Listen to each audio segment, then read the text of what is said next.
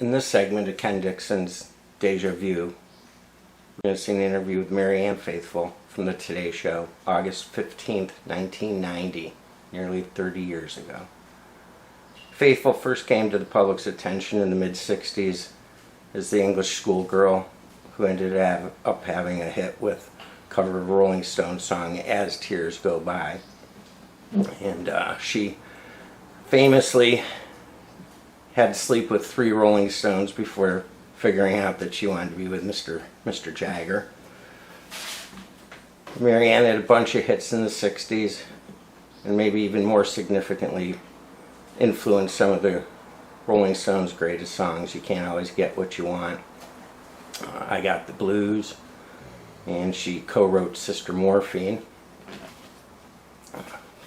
But she got addicted to first cocaine, and by the 70s, heroin. Led to her divorce in 1970 after going through 3 Rolling Stones from John Dunbar. Fascinating life Marianne had. Her first husband, John Dunbar, had formed the Indica Gallery with Barry Miles, who's written a bunch of great biographies and books on the 60s.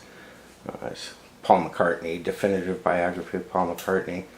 And their gallery is where John Lennon met Yoko Ono. Anyhow, she divorced him in 1970, was so addicted to heroin, she was on the streets of Soho for 2 years, homeless.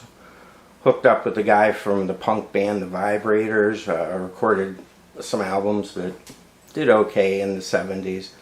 But really her rebirth happened with this record, Modern English, in about 1979, I think. Written with Will Jennings, who had worked a lot with Steve Winwood, and featured a much different voice for Marianne.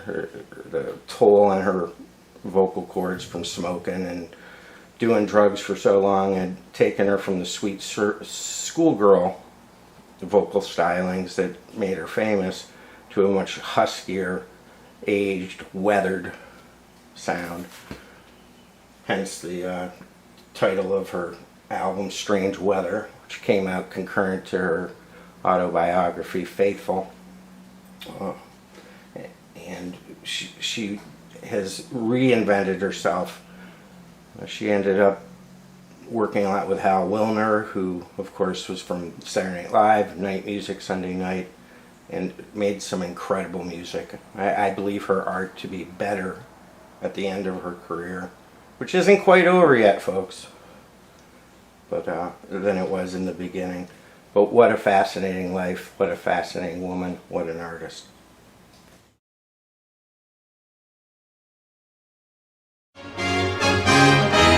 Over the years, we've all heard a lot about musicians, entertainers who courted disaster but still managed to survive the 60s. Among them was Marianne Faithfull. What sets Faithfull apart from the others is how she has since translated the pain of her past into performances that still work today.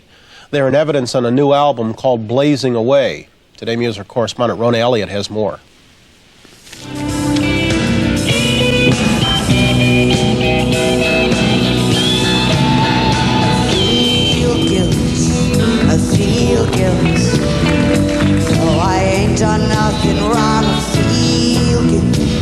The cigarette is not for effect, and the gravelly voice isn't forced. They are the perfect instruments for the soulful confessions of Marianne Faithfull. With this album, Faithfull shows she's become one of the premier live performers who brings theater and passion to her songs. Over the world, strangers talk only about the weather. In the tradition of Edith Piaf and Billie Holiday, Faithfull sings with the brazen tones of a survivor. You were always attracted to melancholy heroines. I guess it's because I'm that type, you know. And that's part of learning to work with what I have. I don't long anymore to be black and to be sort of up and to be Sly Stone, which I did for years. I tormented myself that I couldn't be like that, you know. I have really learnt to work with my own sort of particular gothic, melancholic, angst-ridden stuff. Falling from grace, falling from grace. An angst-ridden story she had. A 60s icon, Marianne became Mick Jagger's girlfriend and lived life in the fast lane. Drugs and alcohol abuse followed for the girl who sang As Tears Go. Ever expect you to be the angelic young Marianne? My audiences are really wonderful.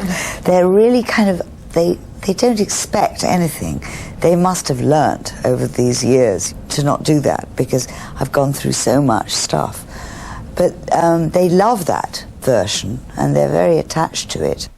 Nobody expected the pop star Marianne Faithfull, 17 years old in 1964, to turn into the serious artist that you became. Did you anticipate this? Did you know this was I knew I always was there? a serious artist. A way I've finally been able to do it, I think. I knew always. I mean, I knew when I did The Three Sisters. I got great reviews for that. I knew when I did Hamlet. One of the most painful things about the last 23 years for me was this constant knowledge that I was firing on 2 cylinders when I could have been using 6. Faithfull is firing on 6 cylinders now. Sober for 4 years, her past problems are the inspiration for new and even hopeful songs. I will let go the pain. Oh, when I find my life, I will reach beyond the stain. It's difficult, you know, it's like changing a groove. It's a track that I've been going on for years, that very dark stuff. And to actually change it into hope and love and light has been very difficult, and I've nowhere near finished it. Do you have to be in the angst and the pain and the suffering, in the torment, to write about it then? I don't think so. You know, the tormented artist, the creative genius destroying himself, I don't buy it. Now that I'm not in it all the time, I think I can write about it better.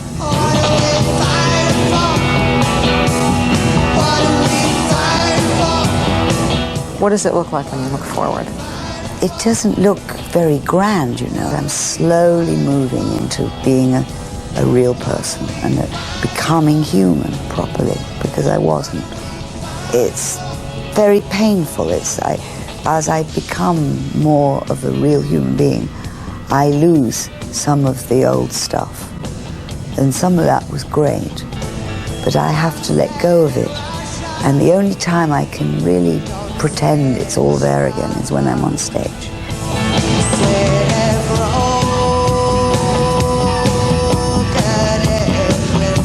For today, Rona Elliott, NBC News, London. 8:24 still to come in our next half hour. Music of a different sort, of the timeless variety. Marion McPartland, Benny Carter are going to be along playing some jazz. And we'll also visit with James Woods, who in an HBO special gets to touch on a little bit of Hemingway. That's after a station break.